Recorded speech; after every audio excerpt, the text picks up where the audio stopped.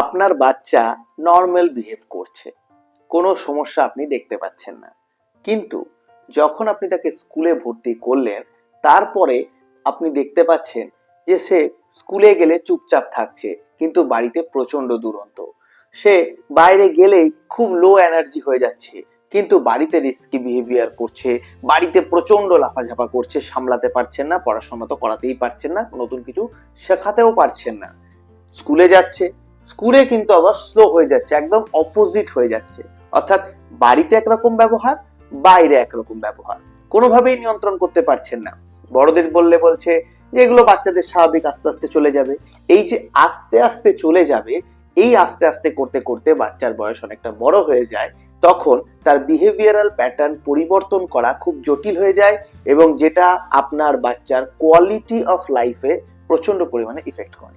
তাই বাচ্চার যদি ব্যবহার স্থান কাল পাত্র বিশেষে প্রচন্ড পরিমাণে পরিবর্তিত থাকে, একদম অপোজিট থাকে, তাহলে সেটা স্বাভাবিক না ধরে একবার অ্যাসেসমেন্ট করানো, এক্সপার্টদেরকে দেখানো প্রয়োজন। অবশ্যই সেই এক্সপার্ট মেন্টাল হেলথ এক্সপার্ট হতে হবে, সাইকোলজিস্ট, স্কুল কাউন্সিলর কিংবা এই সব রিলেটেড যারা কাজ করে তারাই হতে পারে।